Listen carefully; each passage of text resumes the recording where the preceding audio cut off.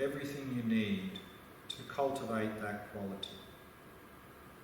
So with each out-breath, breathe out the light of loving kindness, sending to yourself whatever you need to cultivate that quality.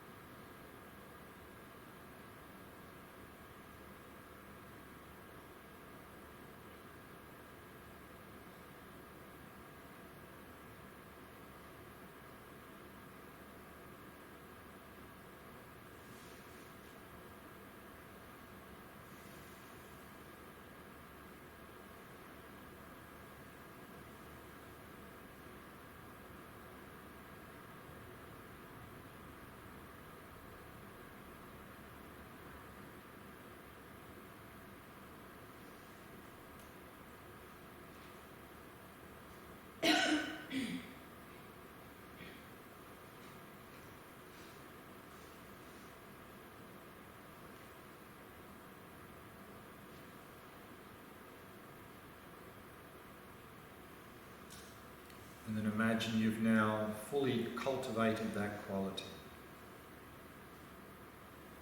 And simply rest in that quality.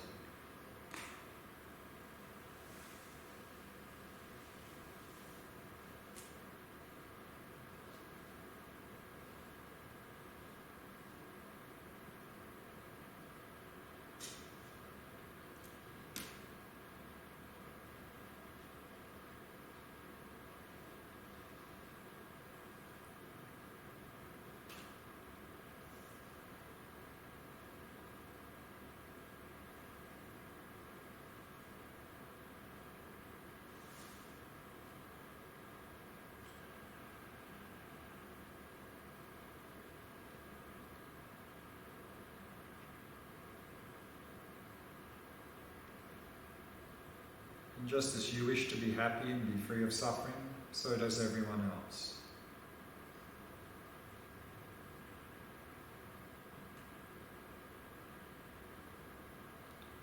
And so allow your field of loving kindness and compassion to expand out further. And allow your mind to move around.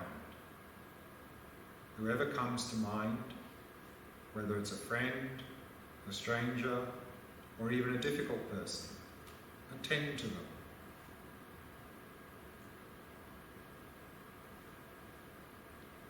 May you be free of all suffering and its causes. And may you be truly well and happy.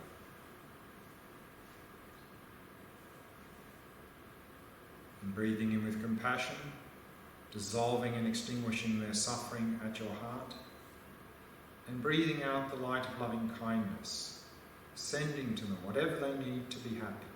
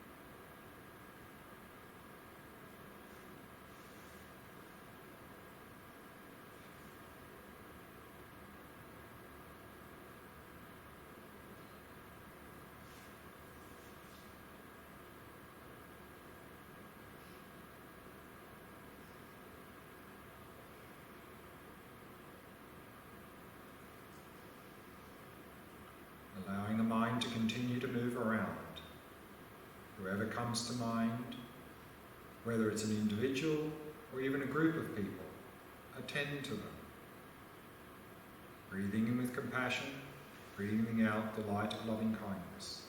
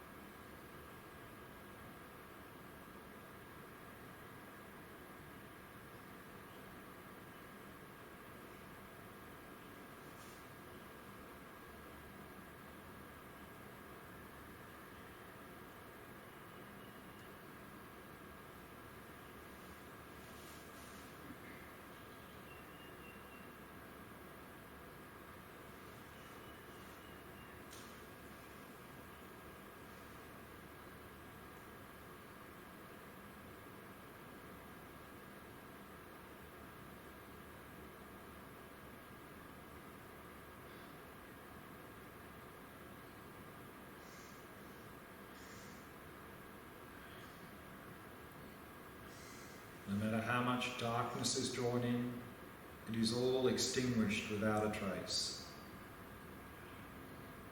And no matter how much light is sent out, it is sent out from an inexhaustible source that is in no way depleted.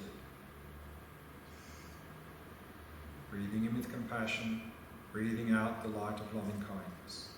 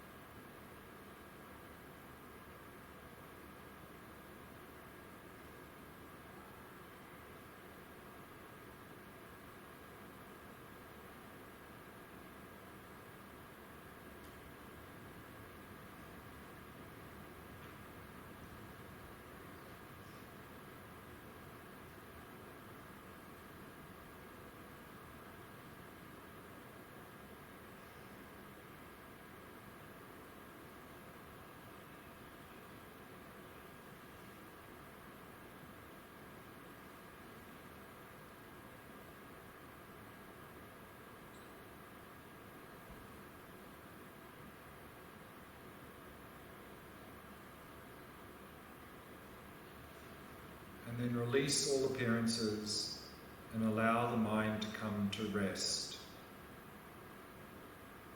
Resting in this inner purity, which is in the nature of loving kindness and compassion.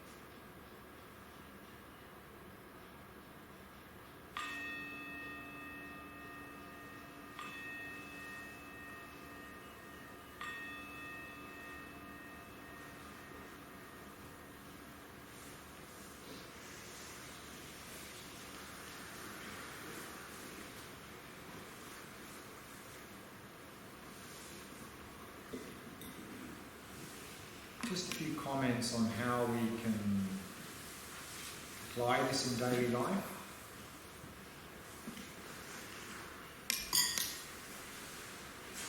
Once we've learned this practice, of course, we can do the whole practice in one breath. On the in-breath, take suffering. On the out-breath, give happiness. Which means we can do this all day long. Whenever we see anyone who's obviously suffering physically or mentally, take their suffering, give them happiness. Of course, this is not a substitute for helping them, because we could just do this and we go, I'm so compassionate. But of course, if we have the opportunity to help them and we don't, then maybe it's just not really authentic. Also, what can be very helpful is whenever we are we're anticipating, we're going to meet someone and we anticipate it's going to be a difficult situation, then often we're sort of on the defensive, and if that person says something a little bit provocative, we often react. So rather than like this, when we're approaching a difficult person, do this practice. As we're approaching them, take their suffering, give them happiness. And so we're in a much more open space of loving kindness and compassion. We won't be as reactive, and then hopefully we'll respond in a better way if they're provocative.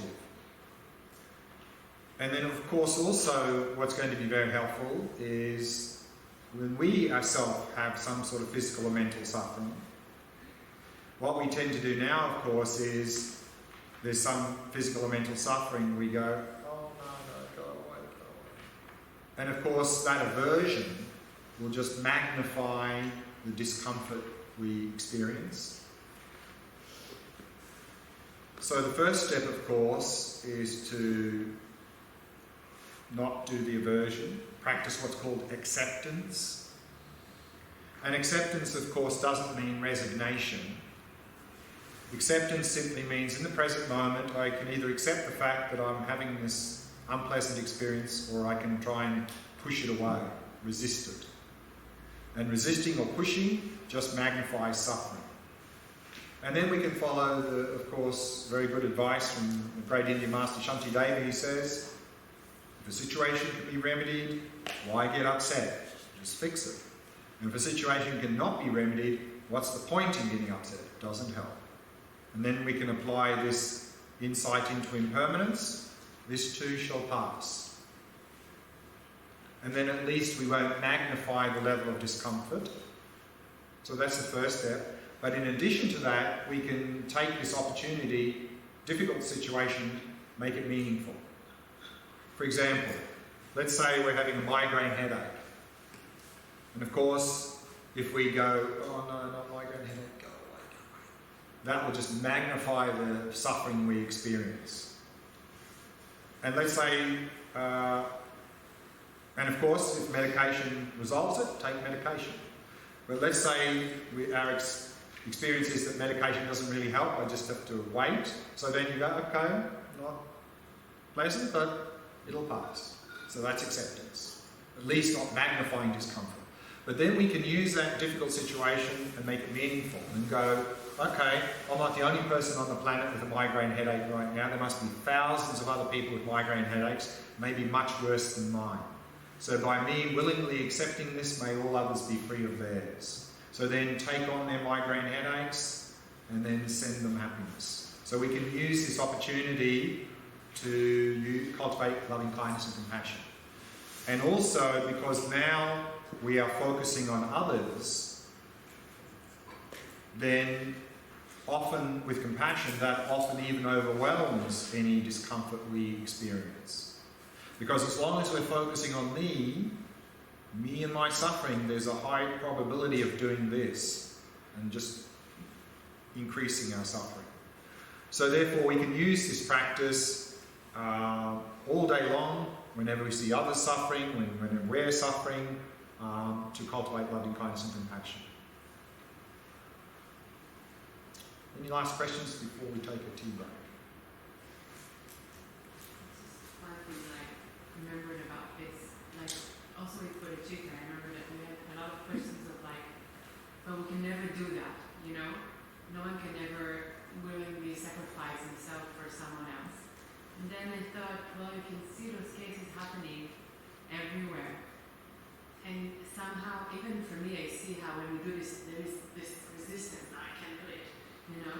But then, when it comes to the chase, to the fact that people do that, people who are not enlightened, or as far as you know, people who can be your next door neighbor, you know, we had a case in Israel that there was a flood in this teenager, they went to the desert and the guy did mistakes and they took them into not the right places, and I say in the courses because that was so meaningful when I heard that. Very sad but also very meaningful to see how this young teenage, 17 he was I think, or 16, and the girls are not as strong as they were, the guys. So he stayed there and he stayed 5 years before the flood took him away and he died again. And he knew that he probably would be, you know, couldn't, but he did it anyway to stay there long. He was 16, 17, and he did that anyway. And you can find cases of people, regular people, not someone that you know, that sacrifice their life to help other people. So it's not that far away from reality as we assume that it is. And a lot of the time when it comes to the chase of the reality test, we act like this too. And we give up things that we want or we love or we like to help other people. So it's not so far away, and I think sometimes we forget about it when we come to practice. And also, and we're going to see this tomorrow and the next day,